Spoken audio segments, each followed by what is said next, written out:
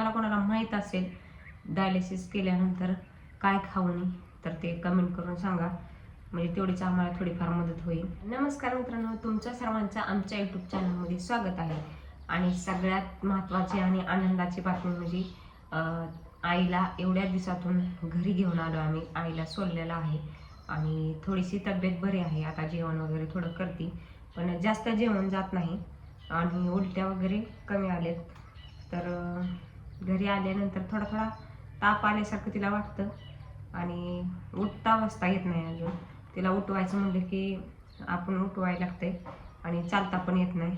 तर जास्त अंगात ताकद नसल्यामुळं तिला उठता येत नाही. आणि आता उद्याच्याला, आज आहे शनिवार, रविवारी तिला हॉस्पिटलमध्ये बोलवले. अजून डायलिसिस करायचे. आणि ते एक महत्त्वाचं म्हणजे डायलिसिस केल्यानंतर कोणते पथ्य पाळायला लागते ते माहीत नाही. आणि डॉक्टरांना विचारलं तर डॉक्टर म्हणाले की तुम्ही सगळं थोडं थोडं देऊ शकता, पेशंट किती थोडं थोडं खाते, पण काही गोष्टी खाल्ल्यानंतर म्हणजे काही पदार्थ खाल्ल्यावर तिला त्रास होते. जर तुम्हाला कोणाला माहीत असेल डायलिसिस केल्यानंतर काय खाऊ नये तर ते कमेंट करून सांगा, म्हणजे तेवढीच आम्हाला थोडीफार मदत होईल. आणि म्हणजे मग जास्त त्रास व्हायचा नाही.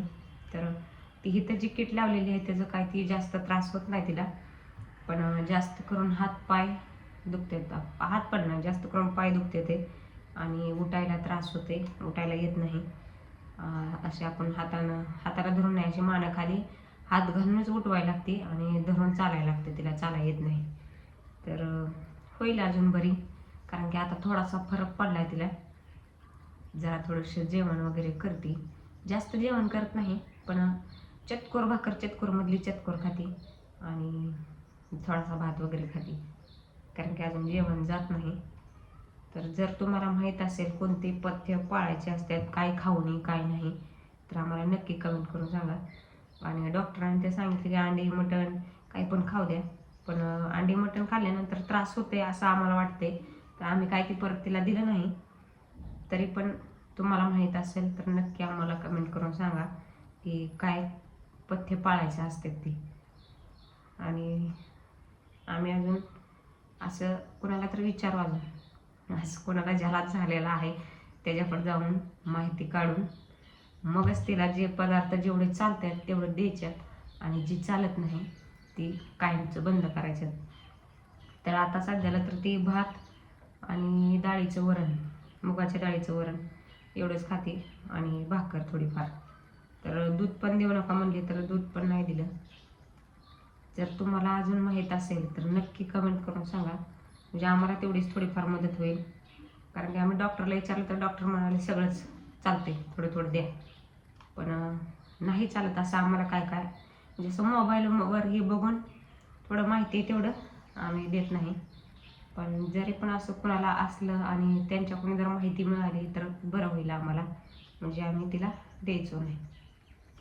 तर नक्की कमेंट करून सांगा काय काय पथ्य असेल ती. तर तुमच्या सांगण्यामुळं आम्हाला थोडाफार आधार आणि तिला आम्ही द्यायचो नाही ती खायला. तर आता बरे आहे, चांगली.